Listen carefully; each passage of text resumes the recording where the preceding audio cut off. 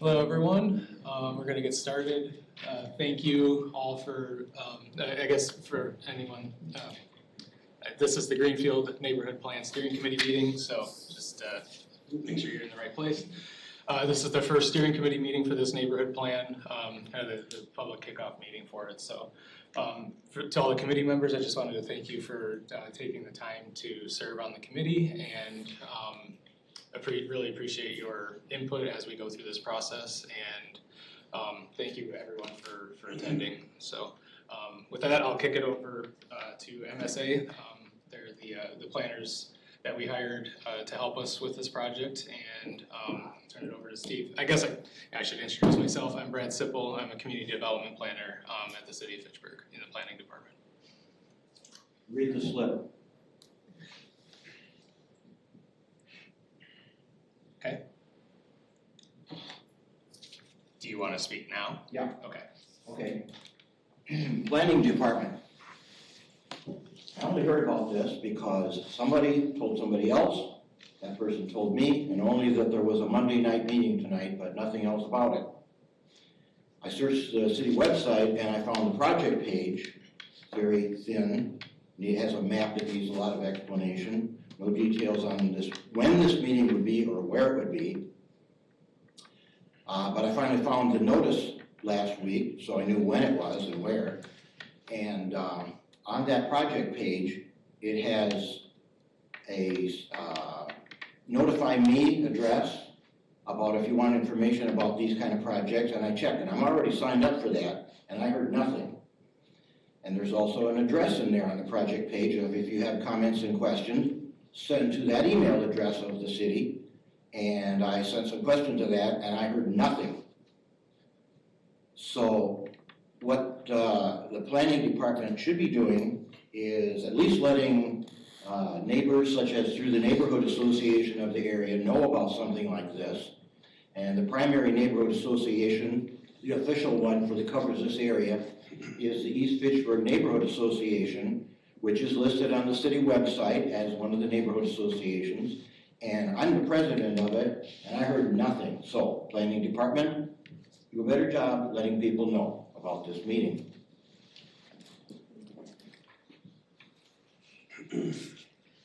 Thank you for coming. Wanted to hear about it. So yes, I'm Steve Trumlett with MSA. We're actually working on two neighborhood plans. One is also the South Stoner Prairie, and this is the Greenfield. So we had that steering committee about a week or so ago. I'll be the project manager. Brad is here.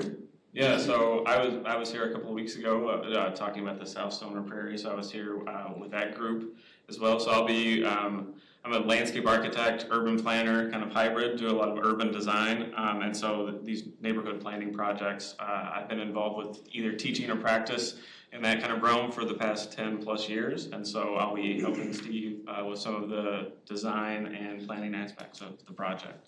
So I was taking notes this meeting while we talk about these concepts, or the ideas that will lead to the concepts that we produce later. Thanks, Brad. Yeah, and so more background on me is I have an architecture and planning background, urban design. I work both for public as well as private development, so I have a good basis of not only what communities are looking for, but also the perspective of a developer as well. Jason Blairs, who actually led the last meeting for the South Stoner Prairie, he's principal in charge, and then Emily will also be involved in some of the engagement process through this. So tonight's meeting activities, we'll talk about the team, project overview, and then we want steering committee members and possibly others that are in the room to kind of give their names and their interests within this study area. And then we'll go through some maps of existing conditions that we've started with. So then we'll talk as a group about issues and opportunities we see for future growth of Greenfield neighborhood. And then with that vision, with the big idea, 20 years from now, what would you want someone to say about this neighborhood as it grows? So I'll go a little bit about the scope of the project. Some of the engagement activities that we'll be going through is there will be an online survey related to some of the initial concepts that will be drafted as part of this process. There'll be open houses and input forum meetings, so a total of 3 Then there'll be specific Greenfield neighborhood residents. So there if I back up, there is an existing neighborhood within here that's developed. And so part of this process, separate from what we did for the South Stoner Prairie, is we're gonna hold 2 meetings with the neighborhood. One to get some initial feedback, kind of like we're doing tonight. And then the next one will be kind of reviewing the initial concepts and getting some reactions, since a good portion of this neighborhood is already developed. And how can the develops around that impact them or not impact them? What are we looking for density and road networks through that area? We'll also have stakeholder interviews. We actually started some of those as well. There's some overlap between the 2 neighborhood plans, so we've had some discussions, and we'll have a few more, a total of 8 in each neighborhood. Then we'll have a developer focus group, so realtors, potential developers, they'll kind of review and give comments on some of the initial concepts to help craft to a final preferred version. The steering committee group, thank you for coming. There'll be 6 of these working meetings. This is the first one. And then we'll have 2 plan commission meetings. One is kind of a midpoint, and then at the public hearing stage at the end towards adoption. So all in all, we're talking about a 14-month process. Started in November, but like I stated, we've done some work starting already in October. So it's gonna run all the way through November of next year. Basically, the steering committee meetings are gonna be about every other month. And so this is the first one, and the kind of plan items is background is where we're at right now. So really at the beginning of the process, building up to opportunities and issues. Then we're building to the phase 3, which is the land use planning. 4 is looking a little more detailed once we have plans. How does this impact infrastructure needs long-term? And then kind of getting to a final master plan implementation. So that's gonna run all the way through almost next year.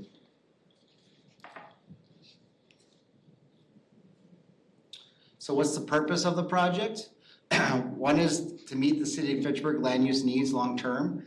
You can see on here, this is the future land use map in the comp plan. So the comprehensive plan is a 20-year outlook that generally is updated every 10 at least, looking at future growth. And so if properties were to redevelop or look for a rezone, this map is used as a starting point for discussion of what's being proposed and what has been originally considered for that area.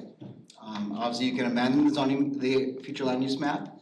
You can see in the area that we're talking about, per the plan, these growth areas are not dictated exactly at what the future use would be. They're stating that this needs to have a plan. That's what we're doing now in this process. The other piece of this is, and I'll show a map a little bit later about, there's an urban service area. So there's a certain area is noted for urban growth, for sanitary purposes especially, and stormwater. And there's a process to go through to expand that beyond what is currently the urban service area. And so this is kind of the starting point of building that amendment process to get approval for future growth. I kind of already jumped the gun a little bit, but as noted, you can see the red line here that's on that map. That's the current urban service area. Generally speaking, it's in the orange area, but it's a little bit larger than that. We'll show you the map of the growth area. And this process for getting this urban service amendment would go through CARPC, which is the Regional Planning Commission, that makes a recommendation to DNR, who ultimately approves that expansion area.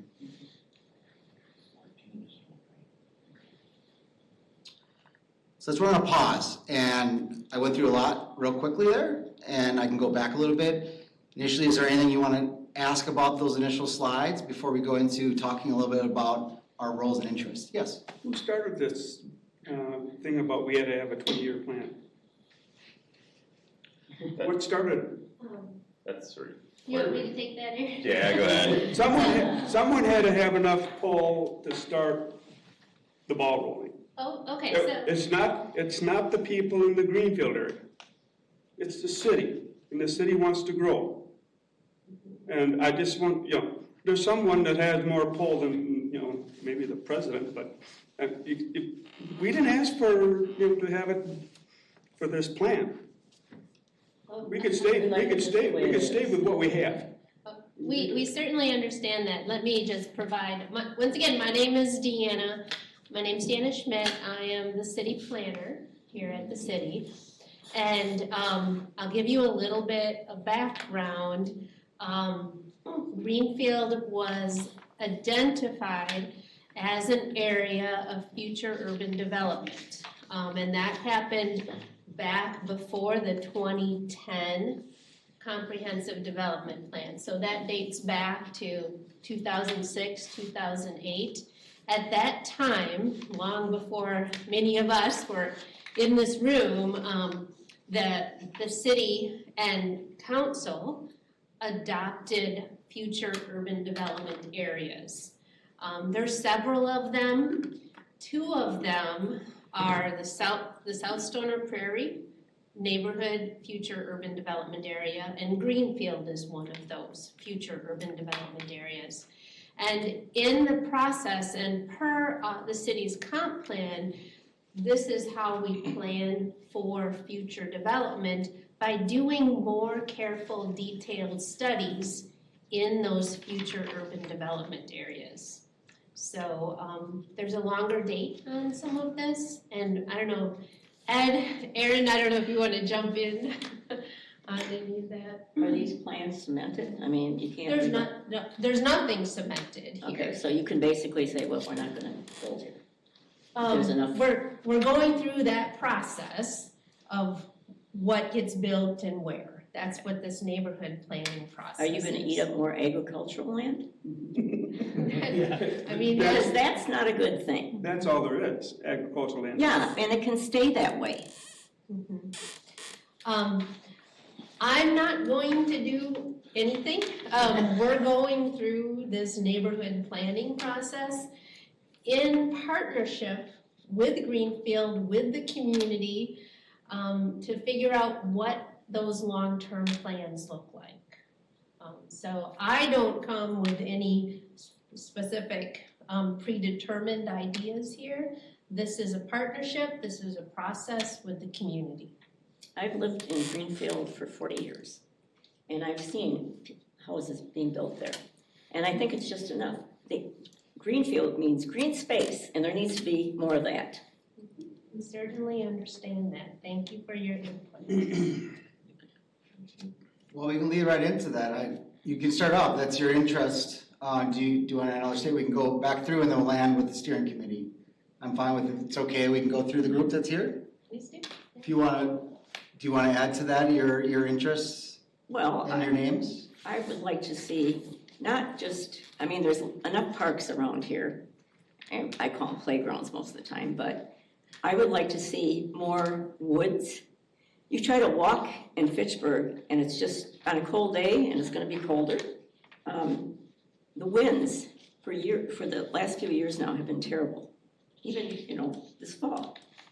There's no place to walk around here that is protected from the elements. There's no forest, there's no park that is wide open except for McGaw, and they've screwed up that path in there, so you can't even walk on that, it's a trip hazard now. But I just wanna see some green spaces left where it's not just, and I don't mean playing fields, that's recreational to me. It's nature. Thank you. I am Patrick Cheney. I'm the president of the East Fitchburg Neighborhood Association. I was also an appointed member of the McGaw Park Neighborhood Master Plan Steering Committee. So I understand the process and what you're going through here. Going to be letting my neighborhood association members know about this for information that I get, because there are a lot of members that are in the Greenfield neighborhood. There's an unofficial neighborhood association. Last I saw it, led by Gus Vanderwegen. Yeah. I did reach out to him and he informed me that he is no longer in the neighborhood. Oh, okay. Then I guess Greenfield neighborhood doesn't have any formal association that I know of. So East Fitchburg Neighborhood Association covers a very large area, including there, and has quite a few members, including some that are here because I let them know.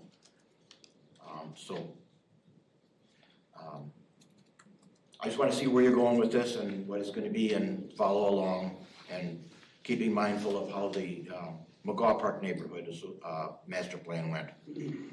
Now, one other comment that I forgot to say at the beginning.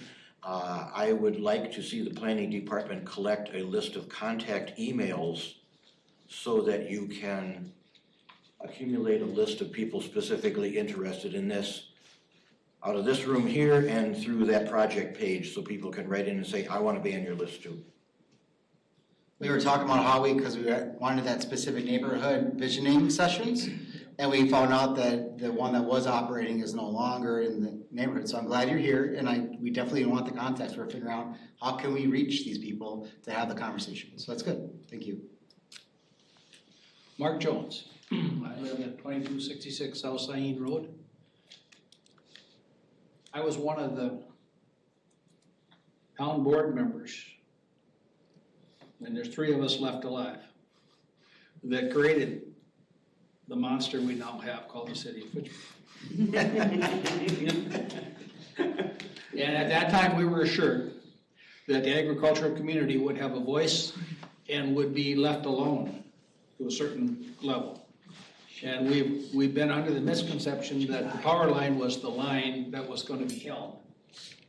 Anything north of the power line, develop it. Anything south of the power line, no. And only if landowners wanted to develop. And I had agricultural exclusive land, corner of Sain and Lacey, my dad's farm. I was rezoned from A1 exclusive to allow for the Swan Creek development, against my wishes. Yes, so the family did receive some funds from that. I'd take the land back in a minute. They bought me a farm on the south end of Sain Road, and we land traded. I still farm. And I have my farm in a trust, so it's tied up for a long period of time, and it will stay agriculture as long as I possibly can see it. And my kids can't do anything but farm, period. We need small farmers. So why? I think we're extending too far to the south. There's plenty of land that's available for development. If we, just because there's a need, the city says we need 125 lots or whatever it is per year to develop, let them go somewhere else. I know that's how you guys make your money, is by planning development, destroying agricultural land. That's what you do for a living. I'm not in favor of that. Because once you grow houses on your land, you've ruined it. And with the exception of Detroit, very little of it has ever come back. Shame on you. That I'm not a proponent of developing that land. Anything south of the power line, I'm not a proponent of it. If I had money, I'd buy it, and we wouldn't have this meeting.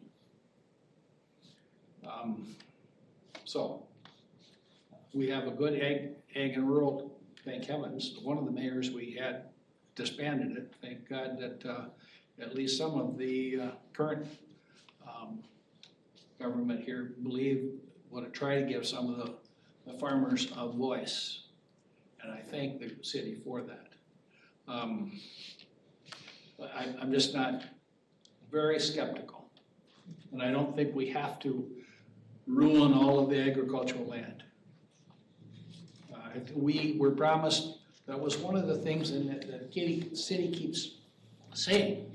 The beauty in our community is that we have the urban area and the rural area. The beauty of that, you're killing it, guys, you're killing it. Why do you want to do that? Do you hate the farmers? What's the deal with that? I don't understand. So I know you're in here just doing the job you were hired to do. I don't think we need to develop the whole city.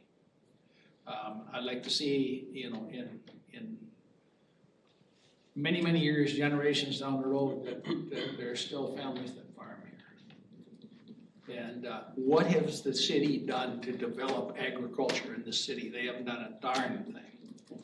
What have we done to bring in agriculture and try to develop it? Thank heavens we have an agri-rural committee. That's the only good thing that we've done. There's been nothing else. We're a few miles from one of the greatest universities in the country that was founded some of the ag policies that are still in play in this country. Professor Taylor, Professor Hibbard, those farms are still active. At least Professor McGibbon. Why haven't we tried to make it a lively agricultural community? With as close as we are to the city, the garden parks, there's many things we can do. We don't have to pave the whole darn thing. Sure. Thank you. Appreciate the comments. I live on Arch Lane, and I in Fitchburg don't see eye to eye right now because I don't know, they're just hell bent on bringing out the garbage from the city. And like what Mark Jones said, when we became city, we're gonna be different. Well, what's different between Madison and Fitchburg? There ain't none. You can go to Uptown and it just looks like Madison. You can go over to the north side of Madison, Fitchburg, and it's just like Madison. Why didn't Fitchburg stick to what they said? We're gonna be different. We have Mushroomville all over the place, and now on Arch Lane, they're gonna force water main on us, which means 0 people are gonna hook up to it. So we're gonna have water main running up Arch Lane with nobody hooking onto it. City is overtaken. Arch Lane is in a rural, okay? They had to run water main down to Cyene because supposedly the wells are bad or whatever, and they can make up more excuses than Carter's got pills. But the tower lines, south, it can be 20, 30, 40 years. But you don't have to plan because Fitchburg, once it's a plan, they sit there and they'll turn that 20 to 10 or 15 and they'll turn it. Developers stick some money in front of everybody's nose and oops, there goes. And I've watched it. I mean, Stoughton right now is in a terrible situation. Developers have got the land and they're just turning it into houses. And these people are all upset. And the best part of it is, they don't know what the heck the city's doing over there. And I only caught a hold of this because I was at a city council meeting and I walked out and I looked at the thing there. I didn't even know that, of this. And then I heard through the grapevine, you guys have been chirping back and forth since January. And I'm going, oh no, they're trying to sweep it underneath the cover again. So I don't, I actually would say no to this plan. We should have a plan, but not to be aggressive. The agricultural land, well, we're on Arch Lane and stuff. I mean, there's farm fields out there, there's guys on the farms out there. And I says, I don't want to see them go away. Sure. I appreciate the comments and I'm giving everyone a chance, we haven't got to the evening of the committee. I think I would prefer the focus to be of what your interest of seeing of the plan and not talking greater than that, just because I think we need to keep this a little shorter and so just your thoughts on the neighborhood planning process. That would be appreciated. Peter Opperman, I also live on Irish Lane. I am also alternate for Mary Sue Opperman on this committee, part of the Stoneman family, so we will be representing the Stoneman family farm there on 2559 South Cyene. I'm Kathy Harper. I've lived in Fitchburg for over 40 years. I live on East Hill overlooking Greenfield Park. And to me, other than agriculture, that's wide open space. You plan on building in the park? Or I don't know how far out you're going with this plan. But to me, there's no place to, we don't need any more 4-story apartment buildings, I don't think. And I would say that part of this process is the realities of being in Dane County and there's development pressure. I'm not speaking for the city, but they're not actually trying to purchase the land to develop. It's understanding that at some point there may be development pressures over the time of this plan. Usually we look out 20 years, update potentially in 10. And you want to be proactive so that you may not have way over development to what doesn't make sense in one specific area in this study area. So this is being proactive on just evaluating the realities. At some point there will be pressures and people selling off land adjacent to the existing homes. And what process did you go through to kind of determine what the best use is? So that's why we're doing this now. I have another question too. All that land, that property south of the Beltline, behind Quick Trip and all that, that was supposed to be developed, roads, streetlights and everything, there's nothing there. What do you have planned for that area? There's supposed to be shops, whatever. There are, I think you're talking along Lacey, is that where you're talking? Yeah, you renamed Lacey. Sure. There are plans, and the city is ready for development, but in some cases, development does not happen because the property owners are not interested, the right type of development didn't happen. The city is ready for development to happen, but it doesn't automatically happen just because the city wants it. Sometimes things have to work through the property owners, and sometimes property owners are not ready to develop. Back row, we got a couple more. Go, Pat. Pat McGough, 2570 Curly Oaks Lane, I've lived here 70 years. They said, way back when they started out, they did a survey back, I don't know, in the 70s probably, and the thing came out that they wanted to maintain the rural area, and they didn't want to become Madison. The rate you guys are going, Madison will be wrong. And traffic is just unbelievable compared to what it was. And they said, during one of these things, they said that all the roads would be in place before development occurred. They just kept going and dumped all the traffic on existing roads. Now, if that was the plan, they're doing it, but I don't know if you're gonna do anything with the roads, planning for roads or not, I don't know. Yeah, we'll talk a little bit more about that Okay. through the process. Mike Connor, 2315 South Side. I've been here 44 years plus. I live at 2315 across from what was the nursery. Now it's the Curry Court green space or whatever that doesn't get cut regularly. But since I've lived here, we've had infill up the street, down the street, behind me. I'm the next to lowest person in elevation in that whole area. I have geysers coming out of my floor from the hydraulic pressure of water. The more houses that go in, the more pressure I have. We had the city come in and talk about it to us and offered us $1 million bill to pump water north. No thought process. We went through Mark. We had it arranged where they could go south into Murphy Creek. The city was, no, it's not gonna happen.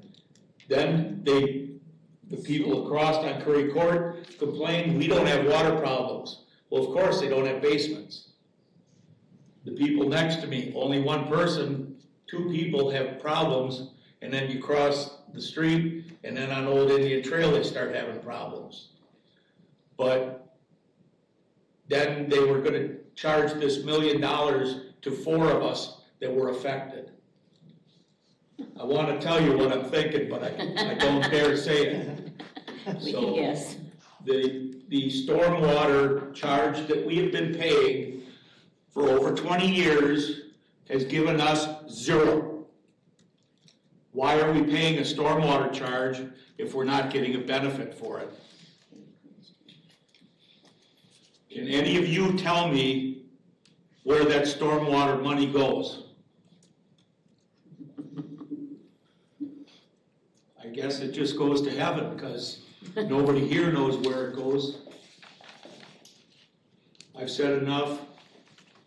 You already know where I'm coming from.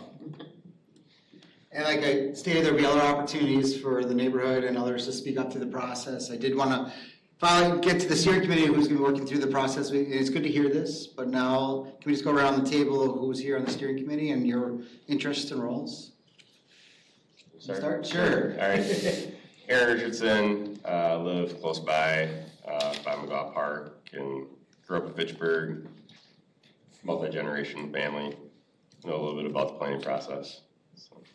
Do you have any willing to speak on interest roles?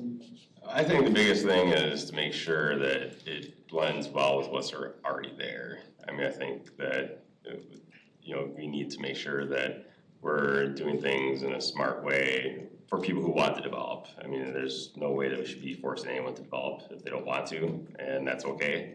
If you don't want to, perfectly fine with that. But I know that there are people in the city who have come to us and have said that they want to, or when can I sell this? Because there's pressure out there. Some people do want to cash in, if you will, and go retire in Arizona or somewhere else. But I'll make sure that if that's something they want to do, that we've got a good plan that makes a lot of sense for the neighborhood that's already there as well. Because I don't believe in putting 500 apartments next to 3 homes that have been there forever either. It's got to make sure that it works well together. Thank you. Randy Udell, Alder for District 4, which is where the Greenfield falls. And I want to make certain that there's just good, careful thought and listen to the residents and try and follow through on some of their wishes and just to make certain that we protect this particular area. And I want to echo a lot of what former Mayor Richardson stated. So those are my comments. Elizabeth Thompson, I live in Greenfield. I grew up in Greenfield, went to Madison, lived in the greater Madison area in different places, moved back about, 2020.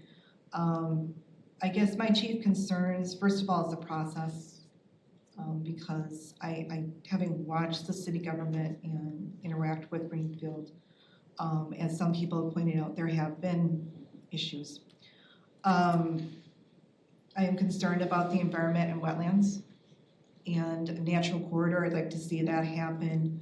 Also farmland preservation, people that I know in the area around Greenfield have been here a long time farming.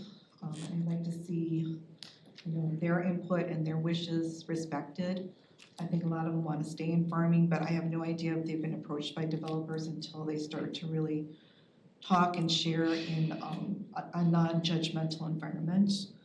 I've been working with the police department and others in public works and anybody who will listen about the traffic issues in Greenfield, which I think we'll need to work on, I think, with this plan, because we really don't have pedestrian and bicycle safety. We have, it's an arterial on Irish Lane and on Zion Road. And frankly, it's unpredictable. If you want to walk down the opposite way, you just don't know what kind of drivers you're going to meet. It's really not safe. Stormwater study, I had that done as follow-up because we did, I did kind of participate in the third court study. Our property was included in the area, and want to make sure that we're doing smart planning, and then maybe also follow up with the people that were in that were adversely affected. And then social cohesion. I mean, we have a park, Greenfield Park, that's not really utilized that well. It has an outdoor shelter. We don't have an indoor shelter, and we don't have a central place to meet. And people kind of neighbor in Greenfield, like in the few houses that are around them, but they don't really know each other. Maybe on next door they know each other. But we don't have events or anything that bring the community together to decide what we're for and not just what we're against. And it would be really good through these sessions to start to bring people together and to meet and to get to know one another. I know that the farming community knows each other. Some people have been here a long time. Ed Kenny's family has been here a very long time. But other people have moved here, we don't know them. And I would just like to meet more people and hear what they have to say. I'm Mary Sue Opperman. I grew up on the Stoneman Farm at 2559 South Sain, and now I'm back living there. Part of me being here is I don't want the farm developed. I don't have plans, but I don't want people to tell me I can't develop it either. And I want to have a voice in what it would become. If it becomes like I've seen other farms at some point, I just won't be able to handle it. I don't want apartment buildings and houses next door to each other that you see into somebody else's home. I'm used to having space, so I just want to have a voice in if it was to be developed, what it would become. With the Stoneman Farm now, we, out of our second floor of our house, we now see all the houses at Fahey Glen, which is just very startling still to me to look and see all those houses. But I don't want the farm to become you can't have the farm in the middle of every development either. If we're completely surrounded, then it's no fun to be a farm. So really just want to have a voice. I'm Ed Kenny. I've lived in Fitchburg all my life. I grew up on Irish Lane. I lived in the Greenfield neighborhood for about 10 years before we built our house. We're now on Whalen Road, so we're still nearby. I remember when McGaw Park was a very active park. The 4th of July celebrations were there, the fireworks were there. I mean, there was no McGaw Park, there was no. You mean Greenfield Park? I'm sorry, Greenfield, yes. It was the major park in Fitchburg at that time, so. You remember the fireworks at Greenfield? Greenfield, yes, that's what I meant to say. Yeah. Because then the fireworks went to McGaw, then they went to McKee Farms, Yeah. but the fireworks were at Greenfield Park. But back then, everybody knew each other in that whole thing. Yeah. I mean, it was a big. It was a huge party in that shelter house. And there'd be a band there, and that's where all the softball games were played. Greenfield was a very, very active park. It ain't now.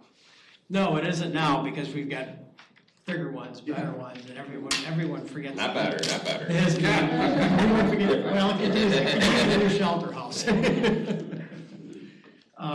So I was on City Planning Commission for about 30 years, and also on Ag and Rural Affairs for about 20 years. So I've been involved with the city for a long time.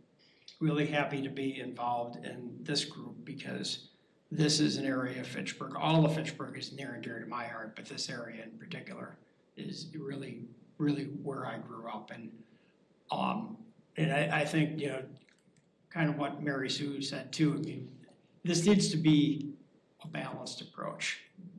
We need to take into consideration the wants and needs of everyone already in the neighborhood, and also the landowners surrounding it, and respect that there will be people who do want to develop and others that don't. And like Aaron said, that's fine if they don't. Certainly the city is not going to force anyone to develop their land that doesn't want to do that.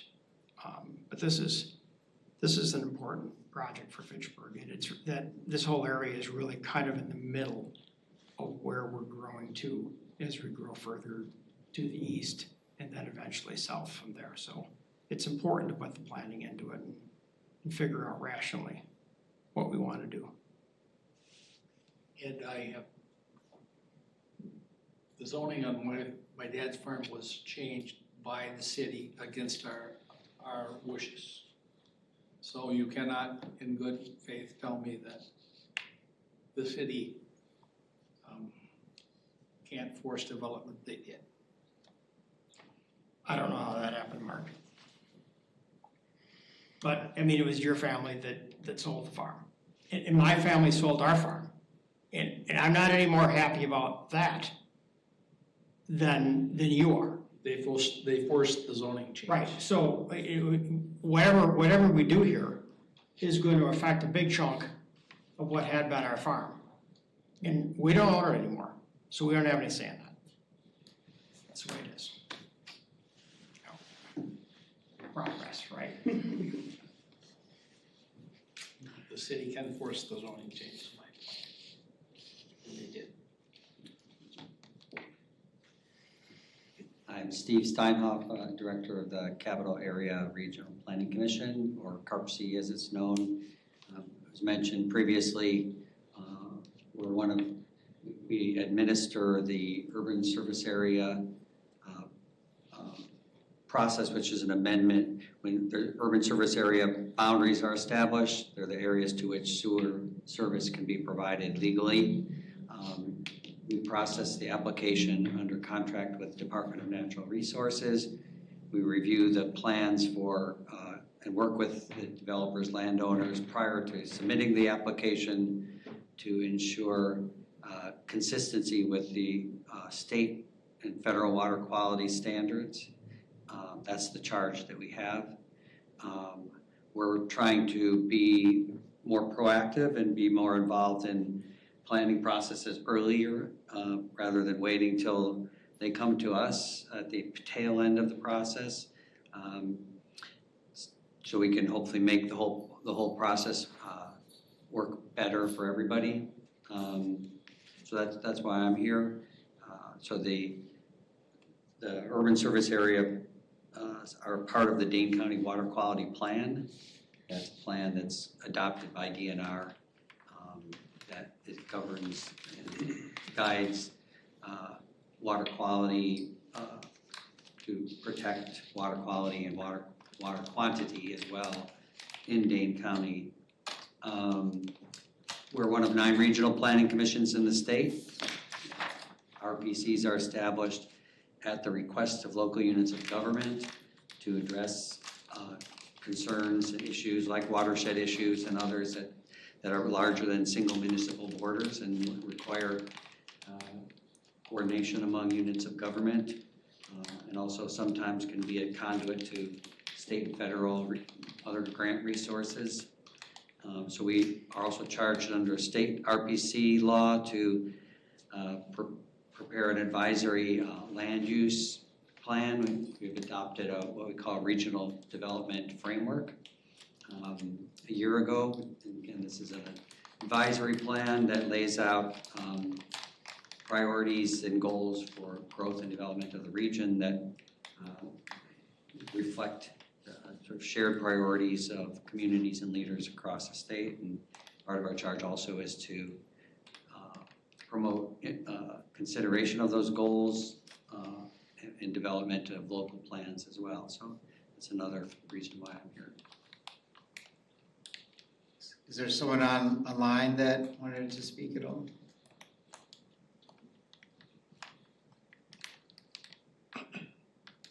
Yeah, David is. I'll introduce myself, and I'm Zach Jones. I'm with the Planning Commission. I hear you. I know it looks like your microphone's off, but we can't hear you.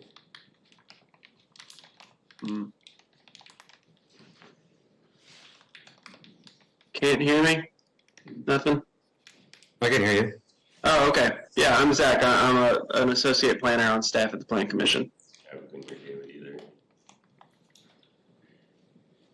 Can you hear me, Dave Emmerich? He's on the other he's in chamber. He's in chambers. Is that? I'm sorry. Were you able to hear me?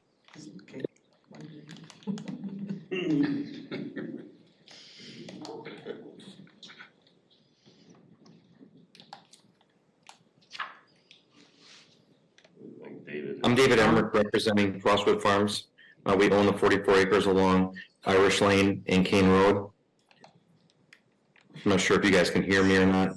Give a thumbs up if you can. Thumbs up. They're gonna have their own meeting. Yeah. Moving on. Yeah, can you put it on your laptop to? Yeah, we can try and see if it'll be loud It doesn't make a squealing sound. Yeah. Can you hear them? We can. No, we can't hear them. Well, I'll talk a little bit, and then once they have that figured out, then we can come back to you. Yeah, it's gonna echo, I think. Yeah, it's back over well. Turn it off. It's gotta work. All right, so as I know, this is kind of the kickoff. Hold on, can we try it one more time real quick? I don't know if Zach or David, you wanna say something real quick? Can you guys hear me? Yes. All right, now we can, yeah, all right. There you go. Awesome. Yeah, just introducing myself. I'm Zach Jones. I'm one of the planners on staff at the city, and be a resource available along with Deanna and Brad through the process. I'm David Emmerich, representing Frostwood Farms. We own the acreage along Kane and Irish Road there, own 44 acres. Want to be a part of a balanced approach to the overall development and hopefully add value through the process here to take care of a lot of different needs in different areas. So look forward to working with everybody. Thank you.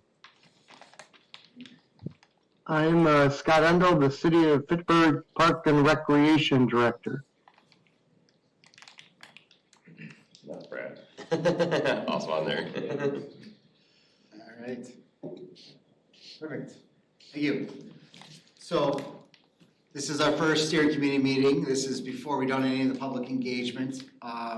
So what our company's done so far is just kind of assess some base maps and understanding of past plans that have been done within this area or the city as a whole. The first map here is really just noting the existing land uses. You can see that obviously half the area is really the existing neighborhood that's there. And the other half is the ag, open, and woodlands that are surrounding it.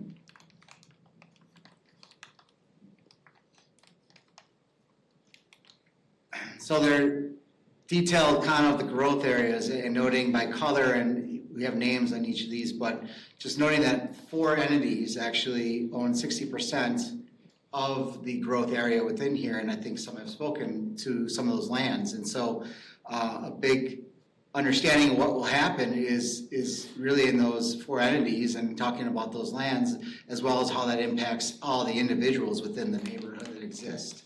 So this is just kind of a map of showing that, you know, there's large swaths that are in ownership of single ownerships that, or families, or trust that have an impact. If any of those lands decide to end up selling, what could happen there?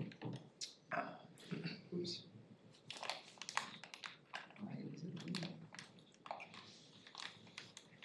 This is another bigger topic, is I think someone mentioned about the traffic and pedestrian safety. Obviously, Irish Lane has some traffic, and there's long-term conditions, Cyan, of what that would be. Currently, it's rural section, and it's increasing of development. How may that impact the existing right-of-way that has many homes that are pretty close to the right-of-way? The other discussion is potentially been discussed about another interchange. And that's a major thing to discuss here. Is you can see on the left there, 2 existing interchanges, and basically a mile separation is needed at a minimum before you consider another interchange. That connection might connect to County B to the east. It may connect to one of the streets that are within this neighborhood. And we want to have that discussion because that can impact not only land use viability of what those uses are, but also could impact traffic. So that'd be one of our topics we will be covering. Part of this process will be traffic counts. So we are going to assess the traffic counts at the main 4 corners.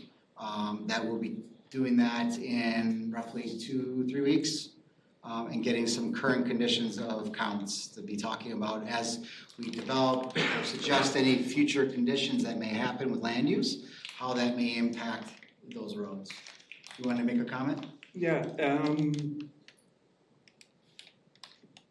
the planning they had to the north, they never planned that people would complain and bellyache and want the city to stop the train, but the train's coming. It's been going back and forth.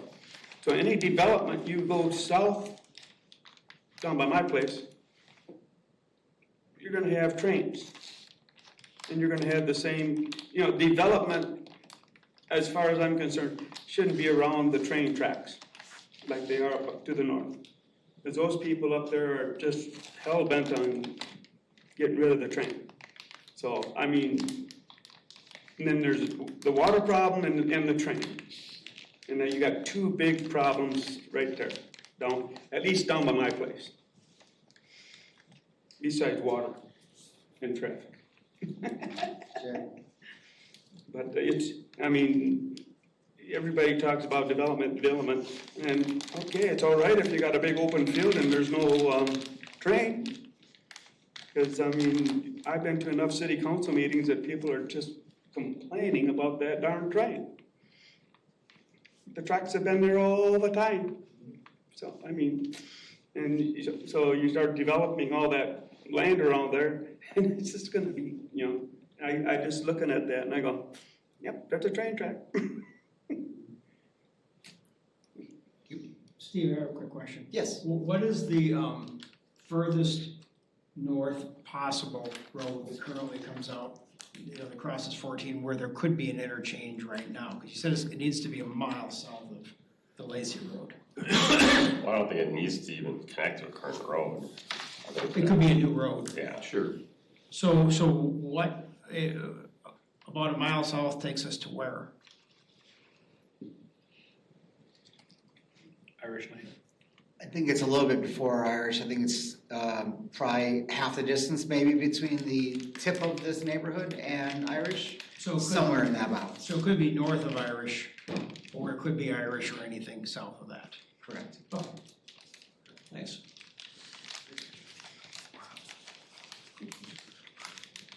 Then there is the McGraw Park Neighborhood Plan, and it's important to talk about the uses that are adjacent to what we're talking about in this neighborhood, and they show quite a bit of local roads that would be heading south as potential options.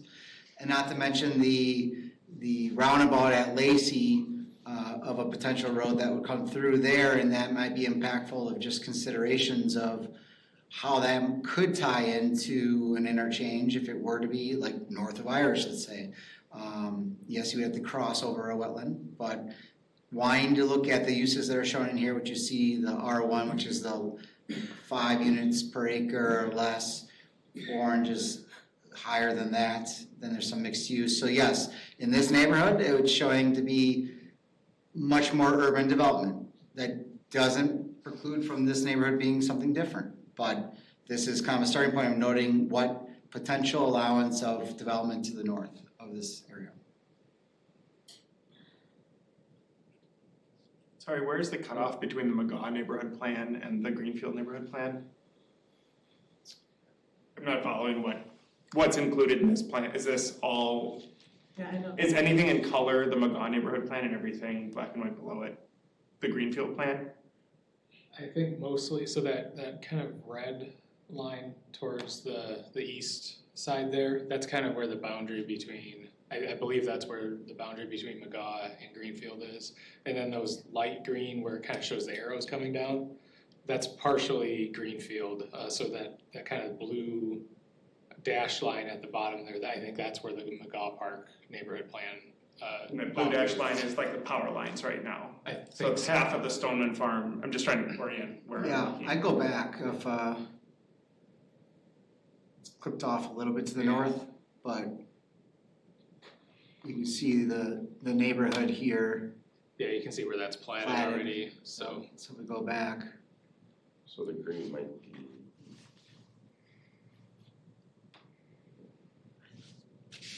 I can never find our farm. It's just The every. farm is right here. The farm is right here. So it's these four are your farm and this road is, that's your house.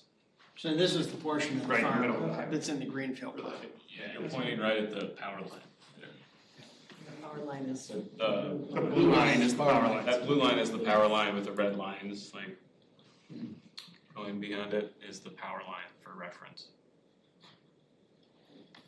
Just some information there was a proposal at one point in time to extend the McGaw Park Road to the south. That can't be done, because the way that land was donated to the city, that can't be a thoroughfare. If it is, the city loses the land. Just an FYI, for you, the planning department. Thank you. So another factor in looking at this, and I will say, in doing development, which is land that's been sold and someone's looking to develop it, water does rule a lot of what you do.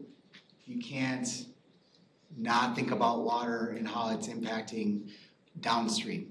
And so part of this is there is quite a bit of what you see, that kind of swampy symbol, those are by DNR noted to be likely wetland. Our wetland delineator and MSA also kind of evaluated previous pictures over time and some of the DNR information, and you'll see a darker green line. Some cases it's slightly smaller than what was shown on DNR, in some cases it's larger. And so we did an evaluation just for initially, like for instance here, we're showing additional lands that's not in the DNR.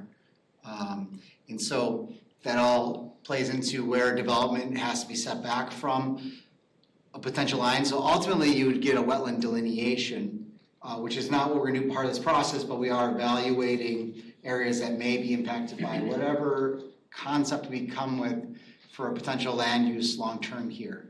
And we wanna be preserving where we can those wetlands and also thinking about having to treat water, stormwater prior to getting to those wetlands. So that'd be all part of our process.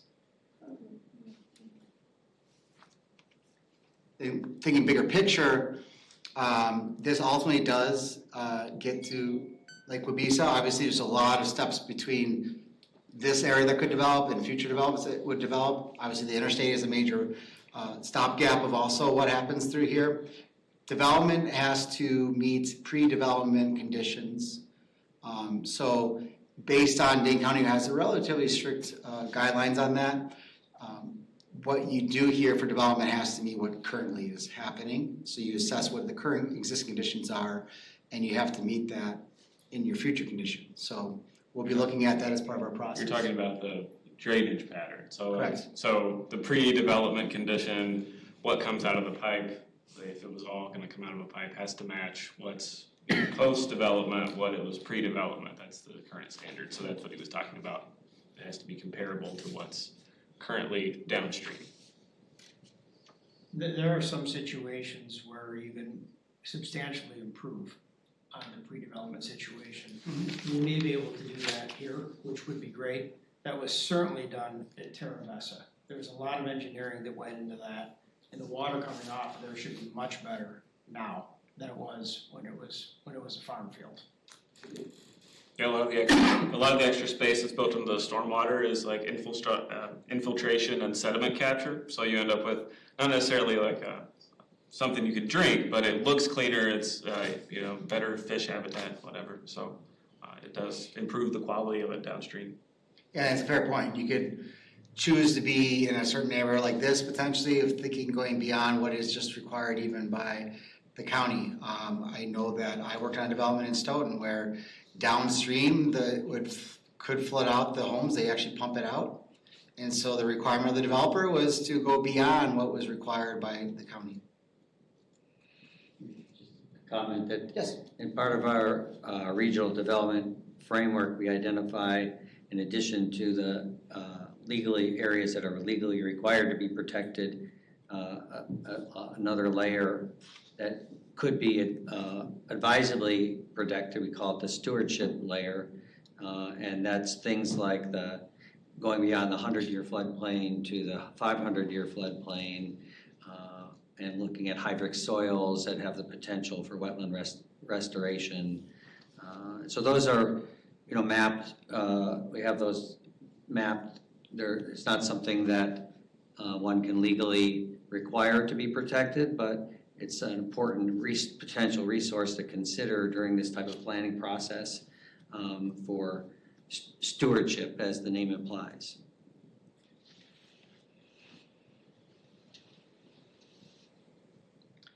There is a plan from 2015 through the city about areas of potential preservation. You'll see the big swath of pink east-west, the Moraine Edge Park and Preserve North, which touches the northern edge. And kind of partly, I assume from the McGraw plan, of showing that lighter green that was on that plan, is this is part of that. So this is a proposal.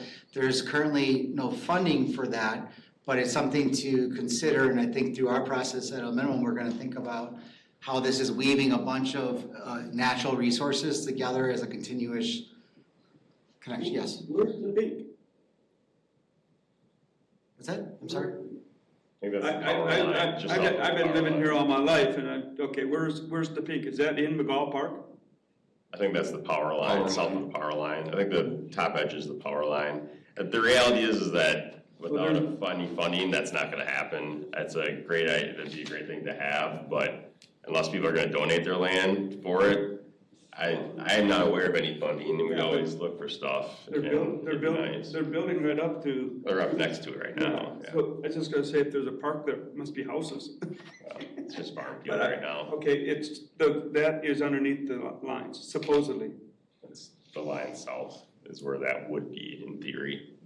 Is it gonna happen? Yeah, the top half of that is the power line easement. So there's a portion of there that'll be preserved as, the power line corridor, but, so that we've illustrated that in like a utility easement. But, the vast majority of that, like the 350 feet south to Lacey Road would be, the farmland.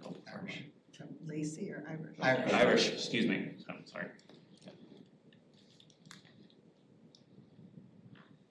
So, And yes. when you guys think of all this map and stuff, do you figure out all the low spots that get flooded out right now?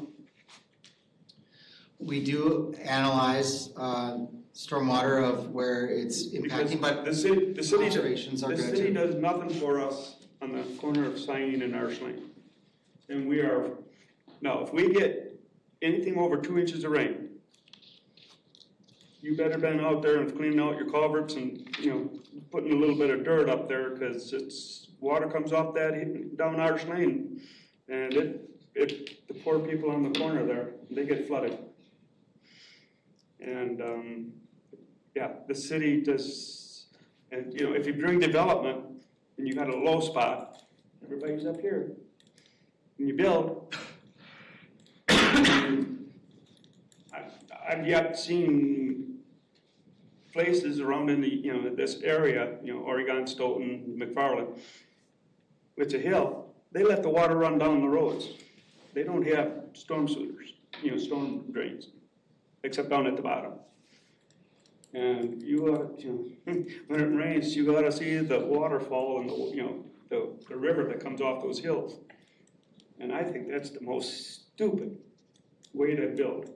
But, those places, they've been there over 50 years, so 50 years is, bad. But, I mean, I'm 3 houses up from a corner, but those people on the bottom there, when we get 2 inches or more, Arch Lane and Sain gets covered with water.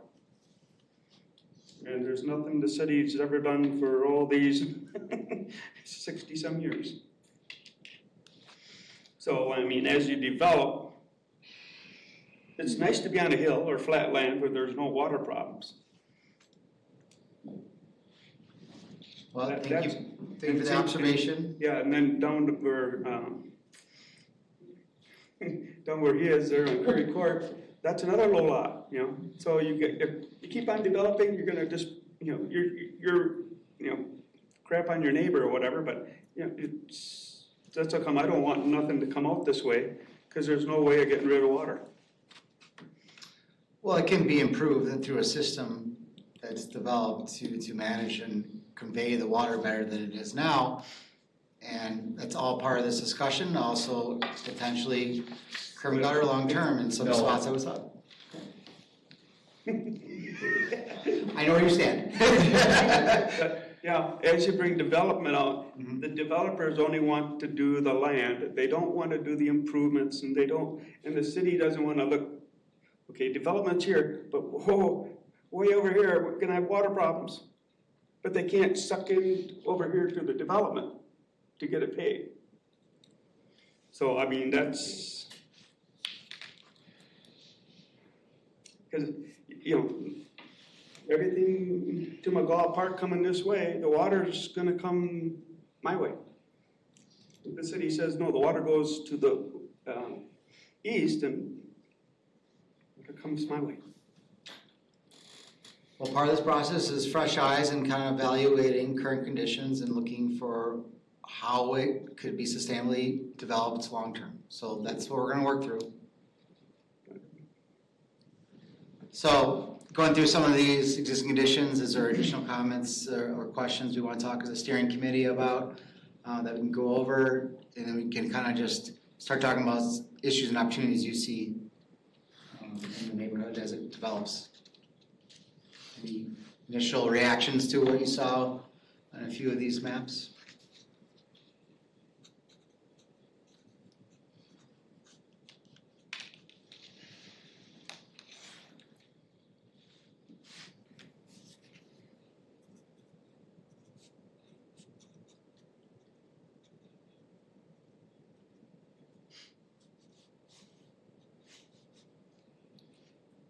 I don't even know where to start. Sure. Fair enough. But the stormwater, Curry Court, that area has been identified for quite a while as a problem, and there just does not seem to be a solution unless that water essentially goes under the tracks and somewhere else so that it can flow out. And that's, I don't know how you do that, or whether that's even possible.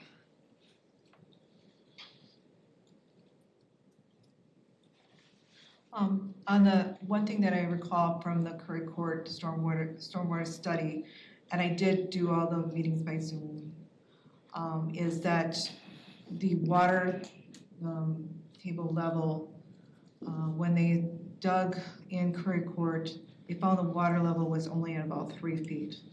So if we have wet years, what land can be developed? We'll need to, the developers will really need to look at what the water table is and what it potentially could be. Because with climate change, it's just getting to be a lot of unpredictability. The other thing I wanted to raise when I was going through the priorities is that farmland and natural corridors have a carbon offset.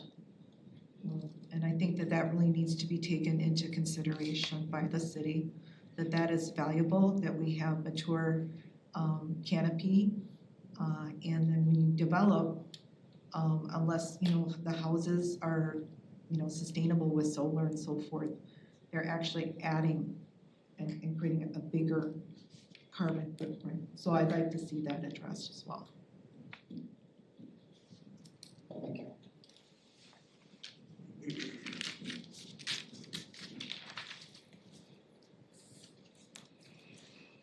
Any additional discussion on an interchange?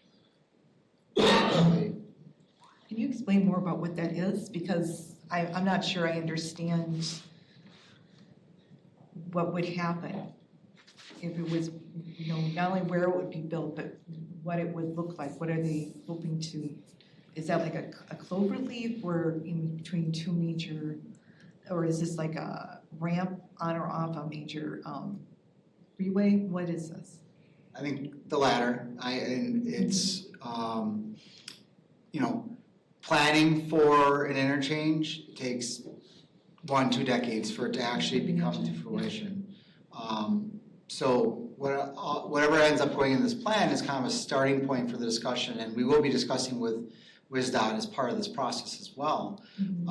But if there is a consideration of that, even if it's 20 years from now, what we're showing in this plan now, that's impactful to what may happen around it. And so we want to have that conversation now, the realities of what that could be. Yeah, I looked at some of the documentation that was for the comprehensive land plan, and there was the Freeway 14, and on the east side of that, there was an area marked that I didn't understand is whether it belonged to Greenfield officially or was under private ownership, or is that where you maybe you'd have like an on-off ramp if there was a development there? And then there also south, there's something that, there's marshland there and it's just labeled research area. So I don't know what that's about. Yeah, I can explain a little bit. So the map you're talking about is the map that lays out all of, in that 2003 to 2007-ish process leading up to the comprehensive plan in 2008, 2009. That was when all of those future urban development areas were studied and kind of set in place in that plan. So that map highlights all of the future urban development areas that were intended to accommodate Fitchburg's growth through 2050, I think it was. And so Greenfield stops at Highway 14. Okay. The ones that you're talking about that are east of 14, those were some of the other longer term identified FUDAs. Okay. And so those, and that's acronym for the future urban development area. So that was kind of at that time the direction that was determined that Fitchburg was going to grow was the McGaw, South Stoner Prairie, Greenfield, and kind of along the Highway 14 corridor towards Oregon. And so that's kind of where beyond South Stoner Prairie and Greenfield, that's kind of where the remainder of the future urban development areas that were done as part of that comprehensive plan a couple decades ago were set up. So Growing along the Highway 14 corridor and connecting with Oregon really makes a lot of sense because you have both the railway through there, you got Highway 14, you got Highway MM. So you got a lot of north-south transportation through there, which is why it is the logical place very, very, very long-term for Fitchburg to grow in kind of a linear fashion. The research areas were labeled that because while they've got the transportation to handle them, they won't gravity soar to anywhere. So that was the issue. We looked at it and we're like, okay, great, but you can't gravity soar those areas. So their research, because maybe at some point you figure out another solution to the sewer issue. In about 1966, when they were planning Highway 14, they looked at tying Highway B into Highway 14. And it would promote the town of Fitchburg then did not want that because it would promote too much growth. Same thing when the Greenfield neighborhood, Greenfield and the surrounding area was, water mains were put into it. They were restricted in size to restrict development. That was an intentional design. Cost was one thing, but to restrict development was the other thing. And so the lines are very small. Things you should know. When they put the sewer line in for Swan Creek, it's put in at 27 foot deep. The main is 27 foot deep. If you look at the topography of the city of Fitchburg, from that line, you can gravity feed any place in the city to that point. It's 27, they had a double dig it. It's 27 foot deep. The capacity is the problem. So it isn't that you can't. The capacity is the issue, and it's filled quite a ways up since that was put in. So, and as we go forward, if any of you, because I'm the one that has the most history, at least in this room, if any of you want to go and see some of these areas and have the history explained to you, I'll be glad to do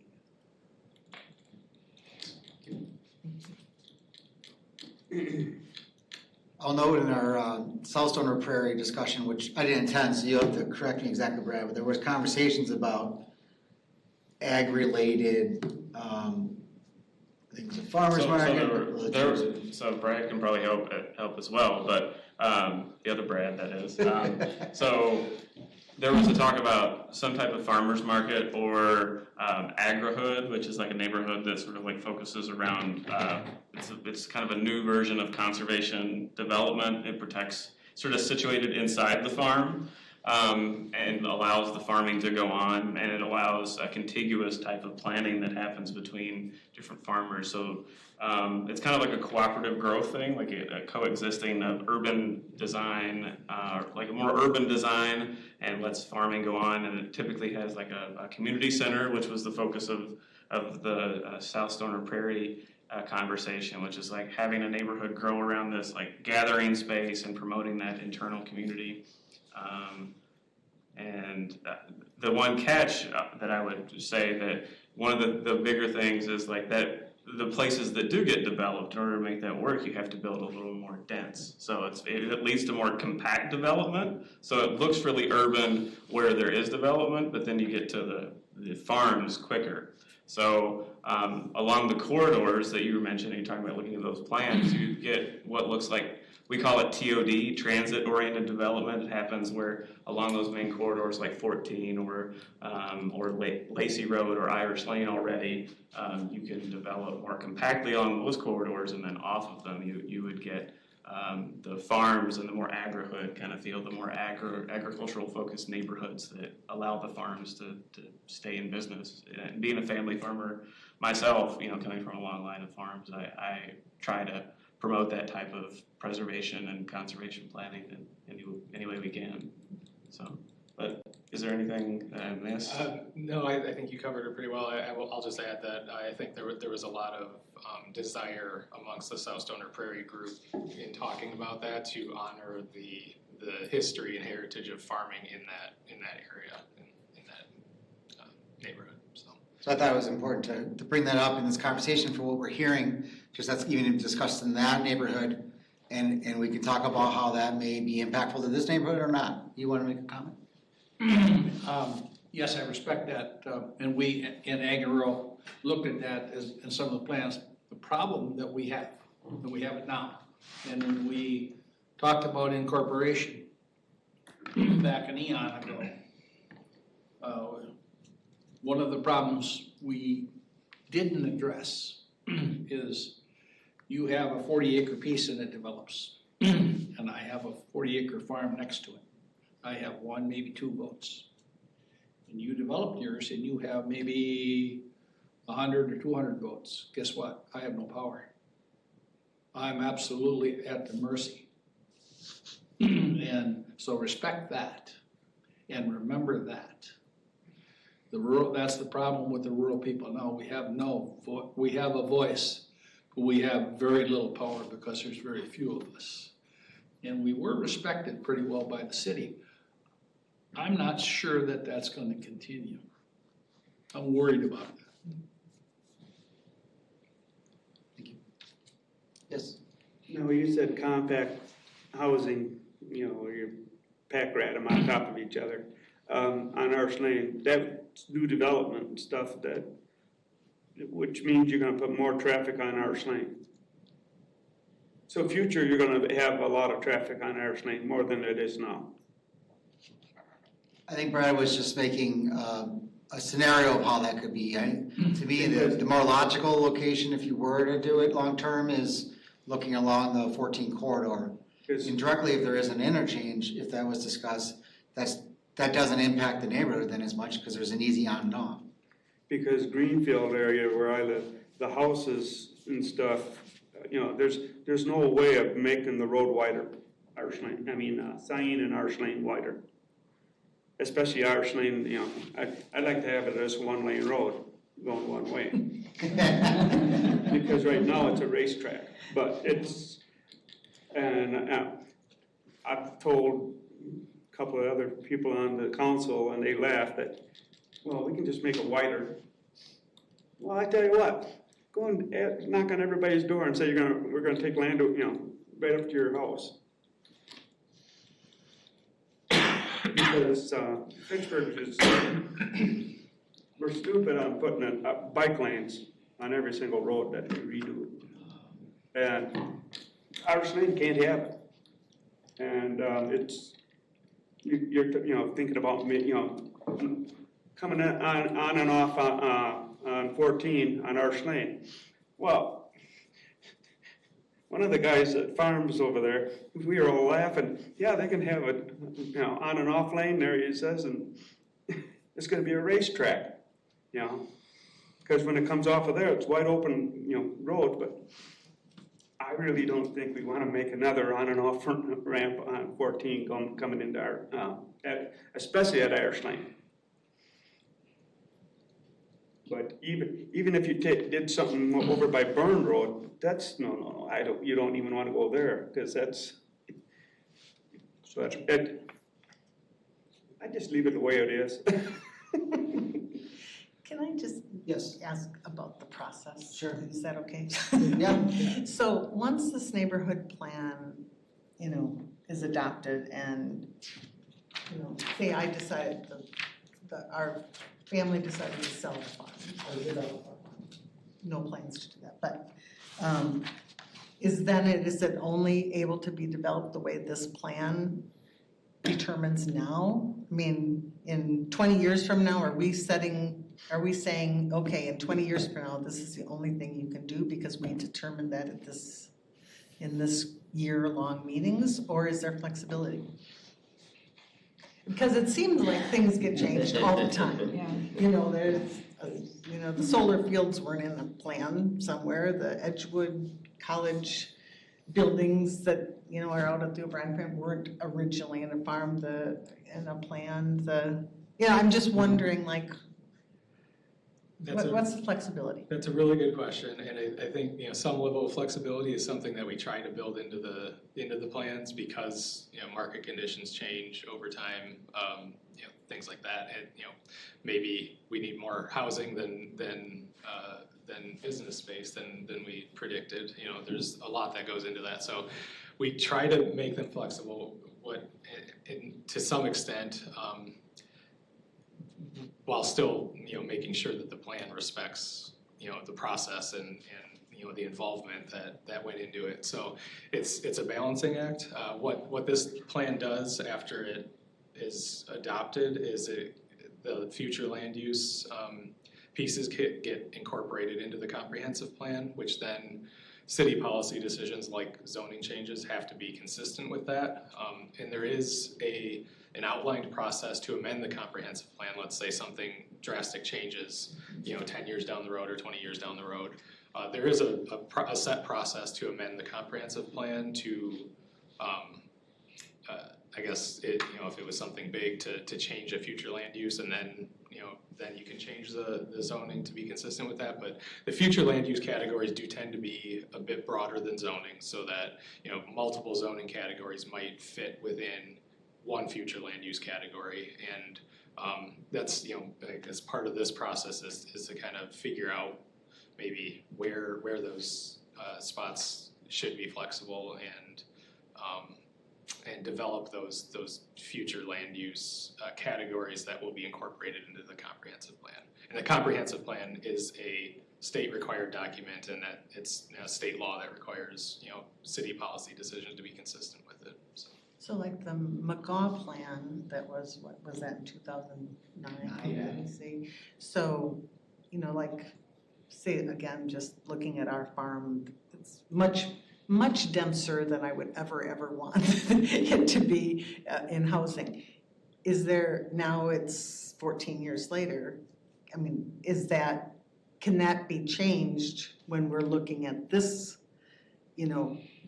or is that it's gotta be that dense of housing because that's the way the city wants it because you get more revenue or whatever you get with, I think there's a few things. One, you can make changes. The elected officials at the time have to approve those. Yeah. And so that's a little bit dependent on that. And I'd say McGaw Park Plan, it's overall been pretty close to what they did in there. And one change I know that they has made is there was a 10-acre site for school, who knows what. Now then it was down to 5. I think now it's down to 3. So that does change a little bit. You can't just change on your, just say, we're doing this instead. It does have to get approved. And so I do think, that it should stay along that same line. That doesn't mean that all of a sudden some mayor comes in and says, nope, it's gonna be all apartments everywhere. Hopefully that doesn't happen, but Yeah, there's there's enough. been a mayor or two that maybe thought that we should have all apartments everywhere. So I think, you know, what we do here is gonna provide kind of the general framework. Can things change a little bit? Yes. Are there ever going to be houses on 1 acre lots? No. No developer's gonna do that because they just can't make money on that, or they have to, and they're not gonna get the land for that price. And so when you have like on Irish or where you have the 1 acre lots on the south side of Irish, and then across the street, you're gonna have the, you know, what, a tenth of an acre, whatever they are now. I mean, there's no transition. And I think that's something, especially in a neighborhood like this, that we do need those transitions because you really can't have that. I know in my backyard, I'm gonna have at least 2 lots to my 1, but you can't have 5 to 1 necessarily either.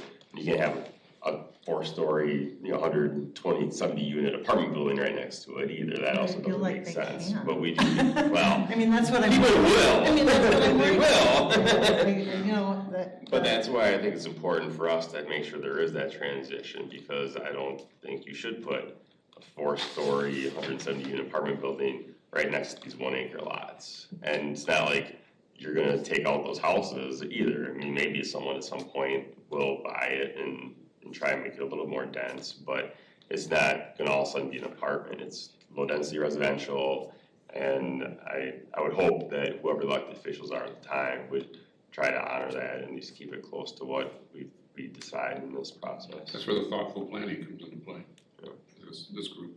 She does have a point, however, like with the Hartung development and other developments, so it's originally it's like low to medium density, and then they do a plan, and then you say, well, we'd really like to go even further than that, and then it has to go through the plan commission and everything, but at times people do get upset because they think this is gonna stay, and then it changes, and it seems to be not just in Fitchburg, but in Madison too, where the developer almost wants to push the envelope and go through that process to see if they can get more density, more profit. Happens many times.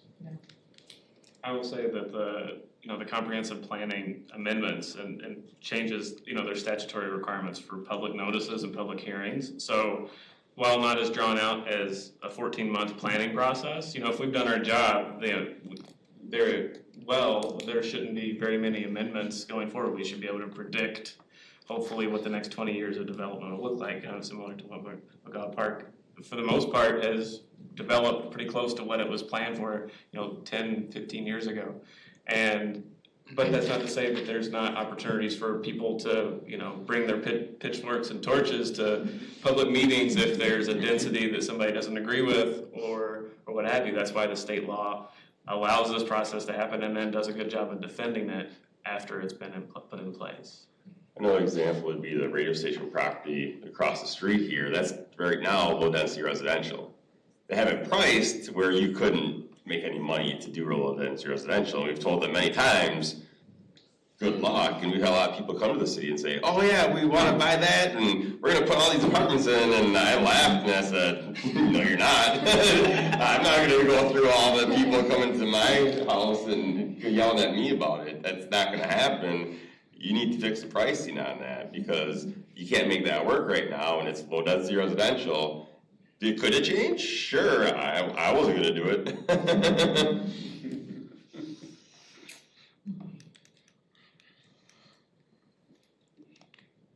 Could that corner change to commercial? They could try it. They try anything. You could try anything. Yeah, instead of an apartment, you could go with commercial. You could. It's a possibility. Because it's commercial all the way around and stuff, so. What they really probably would have tried to do was like some first floor commercial with 3 stories apartments on top of it. It does happen. That's in fashion right now. Everybody's suggesting that. It doesn't really. Well, I thought tonight was a good conversation as a starting point, so sorry if you felt that you didn't know about this, but we're just getting off the ground, and I think this was a good conversation to start with it. Like I said, we meet every other month, for these steering committee meetings, but there is planned engagement. I would say the first one is scheduled for December 4th.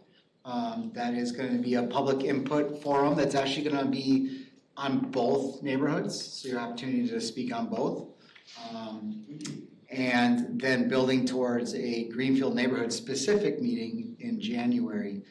I don't know if we were locked in on that date. We are on that? Just one. I think so. Okay. And I do have it on the project page, so. Okay, so we can say January 4th is what we're talking about. And so we do want to get contacts with the neighborhood and try to make that a plausible scenario where we get residents to talk a little bit more on one with us a little more. Yes? Why would that be a comment on both the North Storm and Prairie neighborhood and the Greenfield neighborhood? Just personally, I don't see that someone would have an interest in both at the same time. And it sounds like you'd be jumping back and forth, somebody had to come about one, but about the other.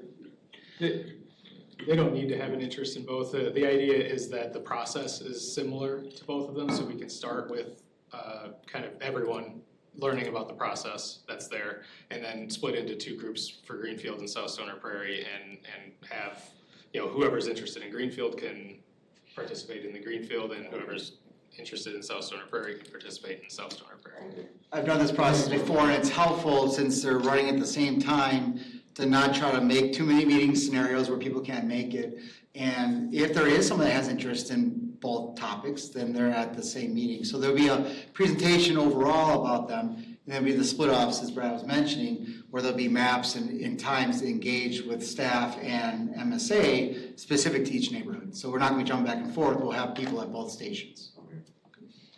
And typically, I'll add to that, typically we do a share back at the end that sort of gets both neighborhoods sort of talking and sort of giving a synopsis of what was discussed. And it just shows, like, even though they're different places and have different visions and different people that live on either side, like, typically we get a lot of overlap between the wants and visions of the community, even if it's on an opposite side of the community.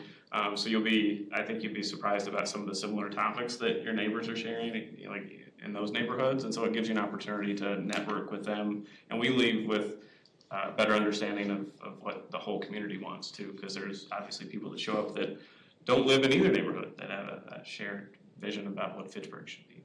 So do you have like a draft of what you think you want it to be, or we're starting completely This is from from scratch? scratch, There's nothing anywhere that says this is what we'd like this land to be. Correct. Okay. With the last time we went through the planning process like this, there was no option for no development. The only option was there's develop, four choices. There was no, and that was admitted to me by the former zoning administrator for the city. We did that specifically, and people felt they did not have the, just so you know, that was not an option. I've been assured in this process that there will be that option. Or do we need to bring every resident to a meeting? It's your choice.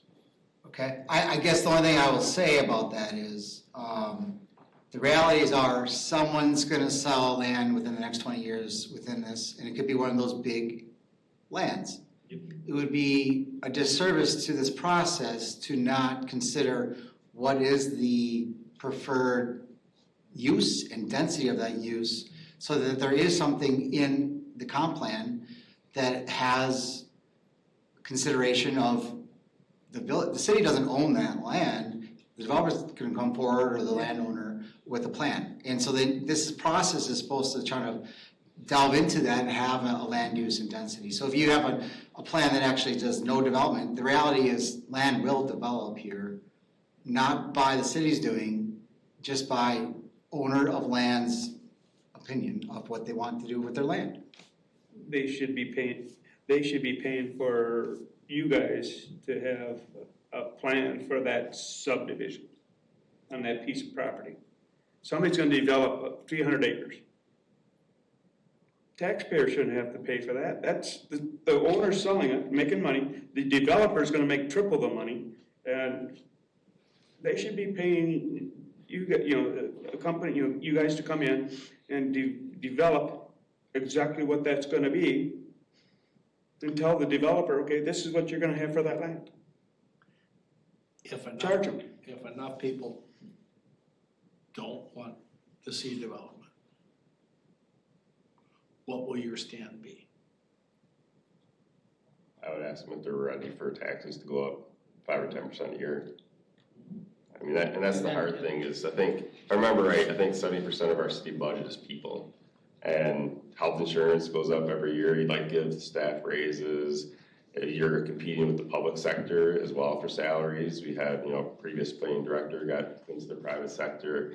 And so just running the city alone increases the cost every year. And that's why we tried to develop is because that's the only way that the state has allowed us to kind of try to keep up with that. Now, you might say we're growing too fast and you want to try and throttle it down, at some point, but the costs are always going up, unfortunately, and we try to prevent taxes from going up too much. Unfortunately, only a third of your bill is city, and as well, the school district is like 50%, I think, of your bill, and they're always growing, but. Aaron, I understand that completely. Yeah, I know. What I'm saying is we weren't given any option last time. Sure, yeah, I think. We were not given any option, and that was specifically admitted to me that the zoning administrator, that was by design.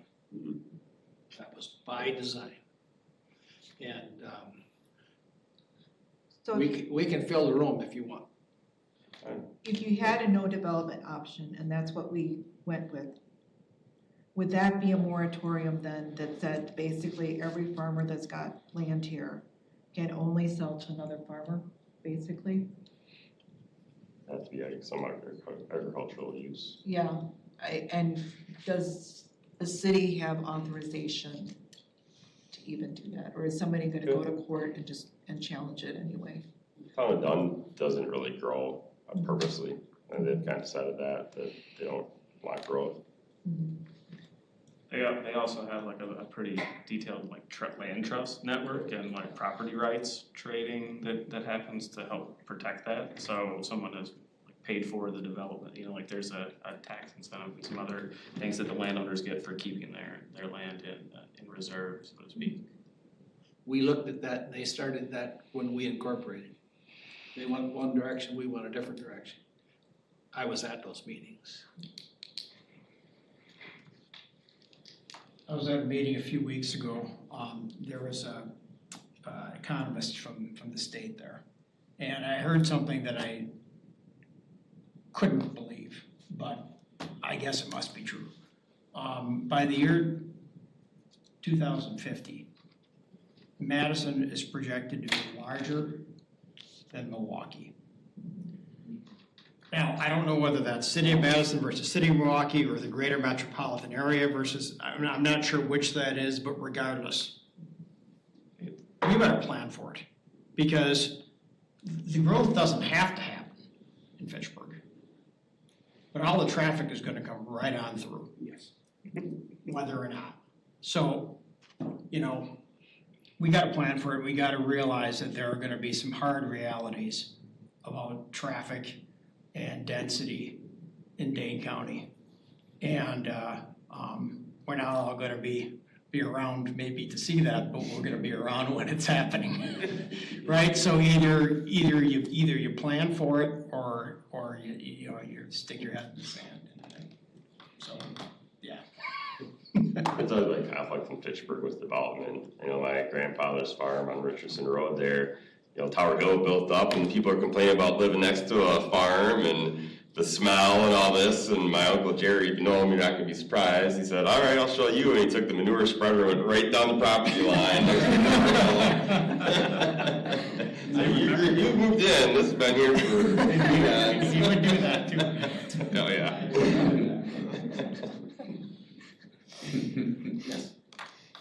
Tell me if you would agree with a way that I'm thinking of this, and again, I was on the McGaw Park Master Plan Steering Committee.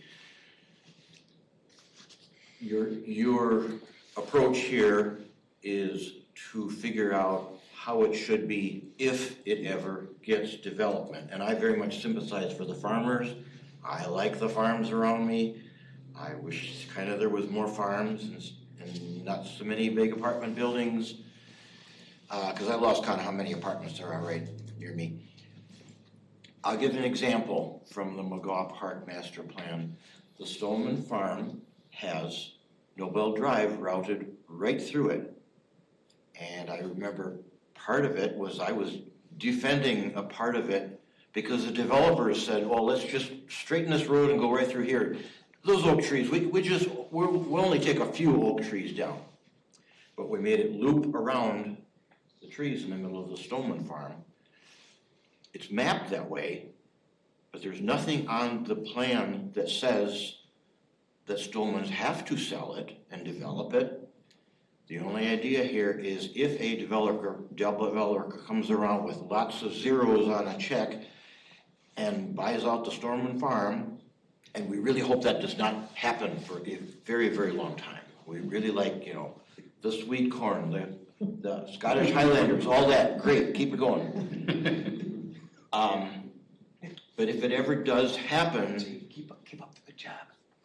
this plan here is telling a potential future developer, don't come up with some screwy wild idea of what you're gonna do. This is where the road will go through, this is the high density, this is the low density, either meet that or go away. That's absolutely right, Patrick. It's our chance to get out ahead of it. Right. Because if the developer buys it, they're gonna do whatever makes the most amount of money. Yes. Right now, it's Yes. apartments, and that's why you see hundreds of apartments getting built Yes, every and year. this is the prerequisite that says you either abide by the plan that we already worked on in advance, or else don't even talk to us at the city. Same thing, like I said, across the street. That'd be hundreds of apartments right now if someone could buy and do whatever they wanted on it. Yeah. Okay, so you agree? I agree. Yeah, okay. It was already noted that there is a webpage dedicated to the Greenfield and the South Stoner Prairie. You get there by that destination or go under, and there's neighborhood plans 23, 24 as well. Again, we're just starting the process. The next, more specific public engagement is December 4th. It'll be here. And so hopefully we get more feedback as we move forward, and it's, if the steering committee can join at any point, that'd be great just to hear what people say, but otherwise we will be summarizing and documenting, obviously it'll be recorded as well. You know time on the 4th? I think it's 5:30. I think that's right, yep. My computer's dead, so I can't. I took your cord. Any final thoughts? Yes. Is there gonna be any paper maps that we could look at, or? At the meeting? I don't have a computer, so I'm looking at that and I'm going, okay, and then I'm looking over there, I like to look at a piece of paper in front of me. We'll have poster boards, 24 by 36 of the maps. And then we'll have larger printouts probably on a desk that give specific comments about certain locations like you were tonight. Yes? I'm still wondering about the map that is on the project page right now that had 4 colors, and the one to the farthest to the south says study area. I believe that was designated in those ways back when the way earlier FUTA plan said this corridor going south is for development. But you haven't shown or referenced that map at all here, and I still think that map with the 4 colors, where this was south study area, needs some explanation to the people it's about what those 4 areas are. Are they included in this plan, or is this only looking at some of those areas, or what it is? Yeah, so that map is the future urban development area map, and those other areas that are around Greenfield, those are the ones I was talking about earlier, like the East Highway 14 area. I think it was called something like that, East Highway 14 growth area or something, and then the study area. So that's what those are. That's that context, and maybe I'll put a different map up there, but that's from our city website. That's from our city mapping application that is accessible to the public on our website. Yeah, that was from the future. That was from the past FUTA designation for this corridor going south. Right. Okay, so that needs to be explained of how that ties into the maps that we're seeing right here. Sure. But the red boundary you see here is what we're gonna be studying as part of this process. Okay. Are you gonna put all this information on the project page on the city website? I plan to, yeah, I'll put the presentations up there when I have them. And the recording will be up there too. I'm gonna put the recording of this meeting up there as well. Can we, for the January meeting, is there any, do we ever look at other municipalities, say how Mount Horeb is growing, how Verona is growing, that do they have as many apartments as Fitchburg? Are there places that can have space and have half-acre lots, for God's sakes, something really big? You know, I mean, do we look at that would attract maybe, you know, the people that work at the biotech companies, the Epic, rather, I mean, I just feel like there's so many apartments, and I'm just wondering, is that the way it is everywhere around us? That's just the way it is? If you go to Stoughton, they're just getting hit with it. People are finding out, here comes the apartments. And the people are up in arms, and the city already just, tough luck, we planned it that way. Well, That big whole field is gonna be talking about apartments. planning. We have more apartments than anyone else. I don't know what the current number is, but I know that over 50% of our housing units are apartments in the city, and I'm not aware of any other city in the state that has over 50% apartments. I feel like it's really. It's Would gone that be overboard. for You need apartments, but it's gone overboard. Yeah. There's not that balance, and that's one thing I think this neighborhood plan, I don't know what South Thornton Prairie is gonna do, but can try to bring some of that But isn't balance there back, because something- no other community is anywhere close to that, and someone like Waukee, they probably got like 10% apartments, I don't know what they are. Yeah. Which is, I think, is too extreme the other way. Okay, I mean, I just think that would If you be. drove to Sun Prairie, that's where I live. It's getting pretty Pretty bad intense there. there too. I mean, the reality is, for a long time now, you have Epic, you have great hospitals, you have the UW. There's a lot of good things that are creating this need of a lot of housing. And that's not just apartments, but there's been a complete shortage of those. And for a developer, that's obviously more units you can put on a property, the more money you get back. And there's a market for it. That doesn't mean that there shouldn't be a balance within a community of having a variety of housing. And when we talk about planning principles, it's about healthy neighborhoods. And the idea that you should actually have a blend of unit types and getting back to having that missing middle that we talk about, which is like 8 units or less, and how those fit into neighborhoods. Because bigger picture, obviously you're in multiple school districts, but if you localize just multifamily into one spot in the entire community, that creates other ripple effects. Well, it's, green space, the needs of the parks, the value that's in that versus in single-family neighborhoods, and just even socialization of just other people in different backgrounds. So that's counter to the one statement about every area has to have some, but it could be in certain areas like this where there's a good portion of a neighborhood that's low density. We gotta be partial to how that can be part of it. But it definitely is suggesting from these conversations, potentially it's not the intensity that you see elsewhere within the city. But there is pressures for all of it. And I think it's not just the balance between, is it apartments or is it single family? This also needs to be a little bit more balance between rental and owner occupied. And that's something that's hard to dictate, but I think anything that we can do to encourage more owner occupied units, even if they are multifamily, is gonna be a plus. Yeah, I've promoted the idea, and we haven't seen a lot in the Midwest, is with seniors and they want to have a home, but the maintenance of the land and all that is impactful. There's certain kinds where you could have condoized land with single families on it, and they usually have community greens. It's called cottage court or bungalow court. And I know at least in a couple communities within Wisconsin that they put an RFP out for that. I mean, it's riskier because it's not been done a lot here, but that's another way to get low density, save spaces, and allow for seniors to still continue to have community versus being put into a home. So There's an area in Harlan Hills that was done like that. So right here in Fitchburg, there's a big chunk of Harlan Hills that is single family, but they're condos. Good, this was a great conversation. It's gonna continue. Like I said, it'll be, yes, go ahead. Sorry, just one question. For the future, with the public meetings and the steering committee meetings moving forward, I know we've had lots of kind of public meeting discussion here. Are future meetings gonna be more sort of a public comment time and then restricted to the steering committee, having sort of a steering committee discussion? Or is the plan for the public meetings and steering committee meetings to have open? I definitely let this be more open. We have a discussion as staff of how that process, typically this is more about the steering committee conversations. Okay. But I kind of, with the first meeting, did let, since there was quite a bit here, to be voiced. But typically, that conversations happen more at the public meetings is the right venue for that, but this is still open to the public. The McGraw Park Steering Committee meetings were conducted in this way that we've done here throughout all the meetings. Okay. And it was very successful. Any final thoughts? Otherwise, we're coming up on 7:30.